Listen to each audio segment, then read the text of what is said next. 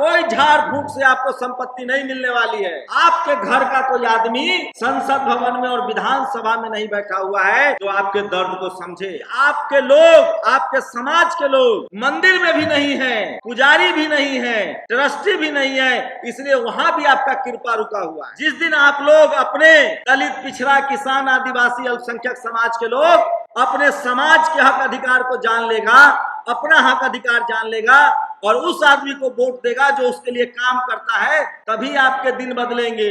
इस देश में हर नागरिक को जो सबसे बड़ा अधिकार है वो वोट का अधिकार, और वो वोट जब तक आप सही तरीके से इस्तेमाल नहीं करेंगे, आप सर पटक लीजिए, आपकी जिंदगी नहीं बदलेगी। वो आपको मजदूर बनाए रखना चाहता है। बताइए आप लोग, संपत्ति का मालिक अभी कौन है? मोदी जी, और वो जिसको चाहेगा उसी को देगा।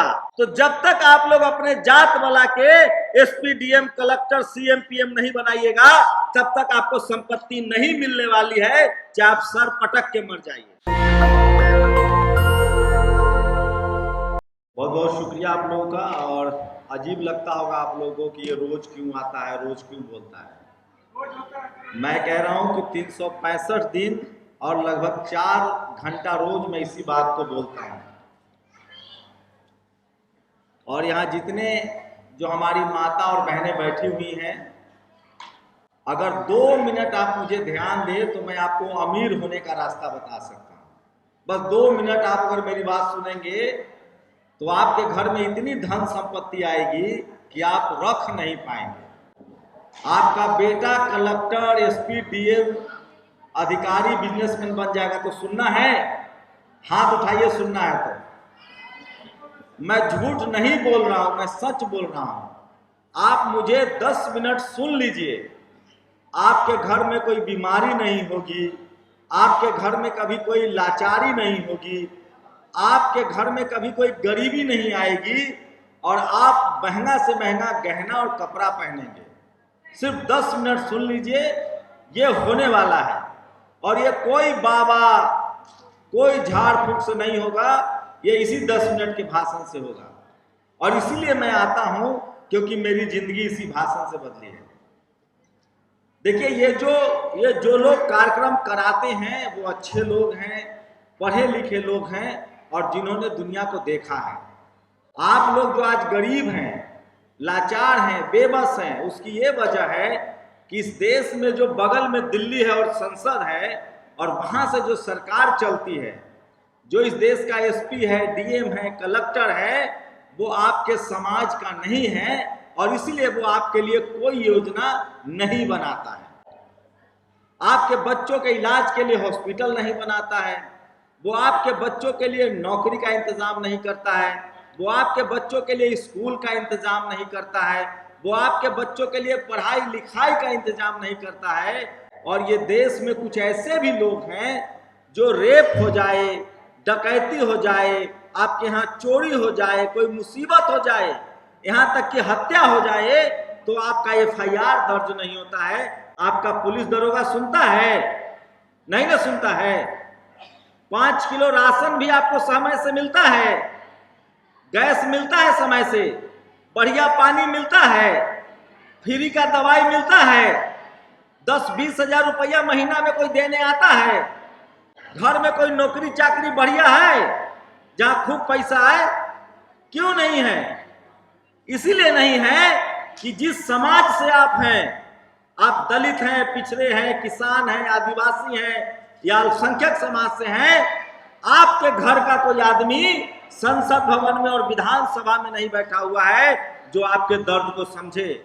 आपके समाज का आदमी कोई एसपी, डीएम, कलेक्टर नहीं है, कोई कर्मचारी नहीं है, और अगर है कोई एक्का दुक्का प्रोफेसर रतनलाल जी जैसा और वो लड़ना चाहता है तो उसको दबा दिया जाता है, क्योंकि वो अकेले पड़ जाता है।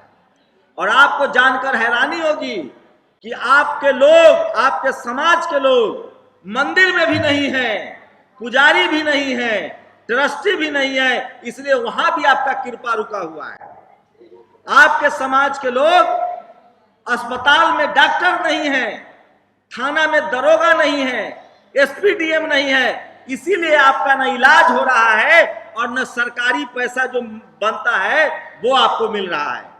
आपको लगता होगा कि जो दिल्ली में आप लोग रहते हैं ना, दिल्ली से हैं सब लोग, आपको लगता होगा कि ये दिल्ली में जो बड़े बड़े घर हैं, ये जो बड़ी बड़ी गाड़ियां हैं, ये जो बड़े बड़े अस्पताल हैं, ये सब आपको लग रहा है मेहनत के पैसा से है। अरे मेहनत तो इस देश में रिक्शा चलाने वाला, ठेला चलाने वाला, सब्जी बेचने वाला, झाड़ू लगाने वाला, खेती करने वाला करता है। ये सब मेहनत से नहीं है।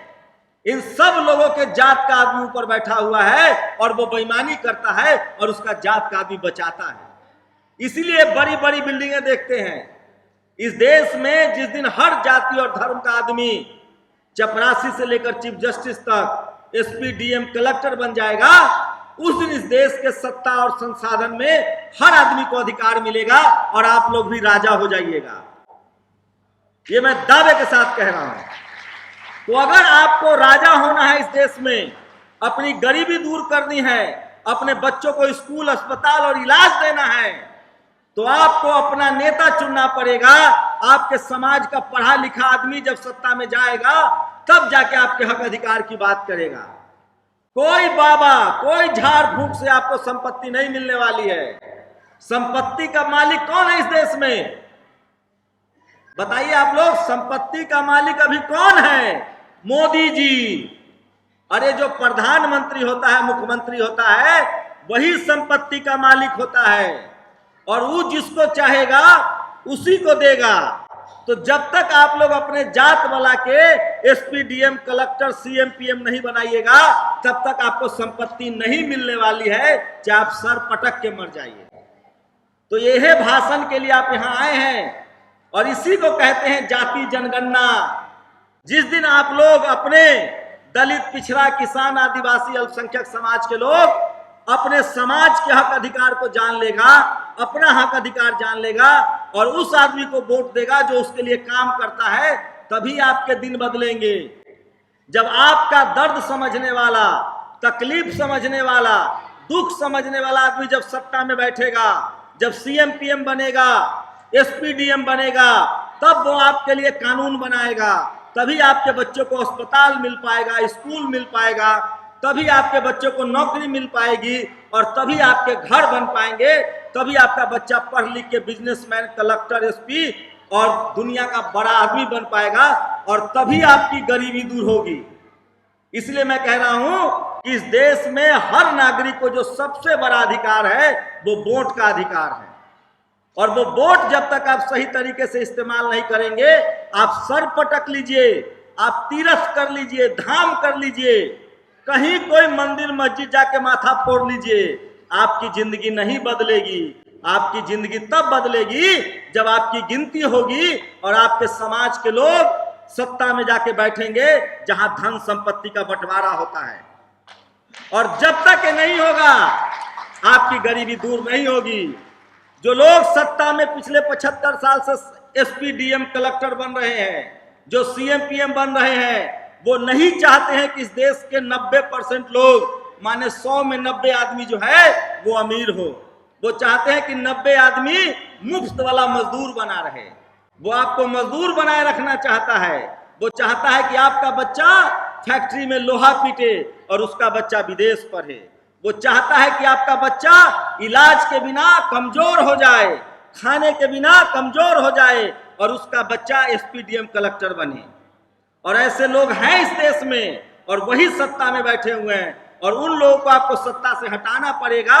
और आपको जाति जनगणना, जब आपकी गिनती होगी कि कितना गरीब है, कितना अशिक्षित है, कितने लोग लाचार बेबस हैं, कितने लोग पढ़े लिखे नहीं हैं, कितने लोग मजदूर हैं, कितने लोग खेती करते हैं, और जब गिनती होगी इस बात की, तभी सरकार में बैठा आदमी का कान खुलेगा, दिमाग खुलेगा, कान नाक दोनों खुलेगा और तब वो आपके लिए पैसा भेजेगा कि इन बच्चों के लिए स्कूल बनाओ, अस्पताल बनाओ, भोजन का इंतजाम करो, नौकरी का इंतजाम करो और तब जाके आपके घर में अमीरी आएगी, तब आपकी गरीबी दूर होगी। तो बोलिए, हमने सही बोला ना? और इस गरीबी को दूर करने का एक ही रास्ता है, आपको वोट का अधिकार है और उस वोट का अधिकार का आपको सही सही इस्तेमाल करना पड़ेगा। और जब तक सरकार नहीं समझेगी कि कौन गरीब है, कौन लाचार है, कौन बेबस है, और जब आपके समाज का आदमी वहां बैठा होगा तभी जाकर आपको अधिकार मिलेगा। और इसीलिए जाति जनगणना जरूरी है। और जो लोग इस तरह के कार्यक्रम कराते हैं उनके लिए भी ताली बजाइए। और वो तमाम पढ़े लिखे अमीर लोग, MP, MLA, doctor, engineer, professor जो इस कार्यक्रम में आते हैं, जो भाषण देते हैं, उनके लिए भी ताली बजाइए, क्योंकि यही गरीबी से निकलने का रास्ता है। आपका जनगणना हो, आपकी गिनती की जाए, आपके लिए तभी स्कूल अस्पताल बनेगा और तभी आप अपने गरीबी से दूर होंगे।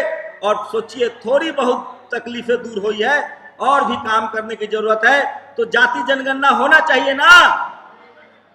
अगली बार जब कोई वोट मांगने आए तो उससे पूछिएगा कि जाति जनगणना के पर तुम्हारी क्या राय है, कराओगे, हमारी गिनती करोगे, हमारे घर के बारे में जानोगे कि हमारे पास खाना है कि नहीं, दवाई है कि नहीं, स्कूल है कि नहीं, अस्पताल है कि नहीं।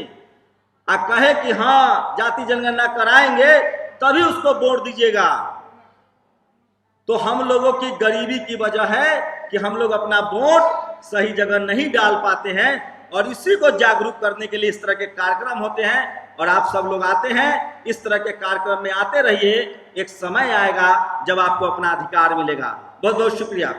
नेशनल दस्तक की आपसे गुजारिश है कि अगर इसको बचाना चाहते हैं तो नेशनल दस्तक को सब्सक्राइब करने के लिए रेड कलर के सब्सक्राइब बटन को दबाएं, फिर बेल आइकन की घंटी दबाएं।